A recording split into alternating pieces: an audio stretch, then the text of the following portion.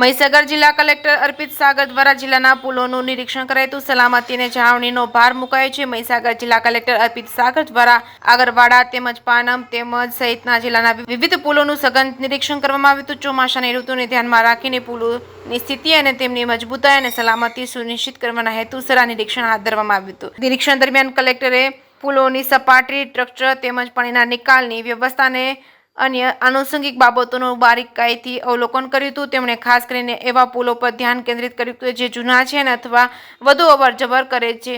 નિરીક્ષણ બાદ કલેક્ટરે સંબંધિત અધિકારીઓને તત્કાલીન ધોરણે જરૂરી કાર્યવાહી માટે સૂચનો કર્યા હતા. તેમણે પુલોના સમારકામ અને જાળવણી અને જ્યાં જરૂર જણાય ત્યાં મજબૂતીકરણના કાર્યો હાથ ધરવા પર ભાર મૂક્યો છે. આ મુલાકાત દરમિયાન નિવાસી અધિક કલેક્ટર સીવી લટા, લુણાવાડા પ્રાંત અધિકારી ઉમેશ શાહ તેમજ માર્ગ અને મકાનના અધિકારી તેમજ લુણાવાડા મામલતદાર સહિત સંબંધિત અધિકારીઓ ઉપસ્થિત રહ્યા હતા. જે કે સિંહ ગુજરાતી સાથે આસિફ શેખ, લુણાવાડા.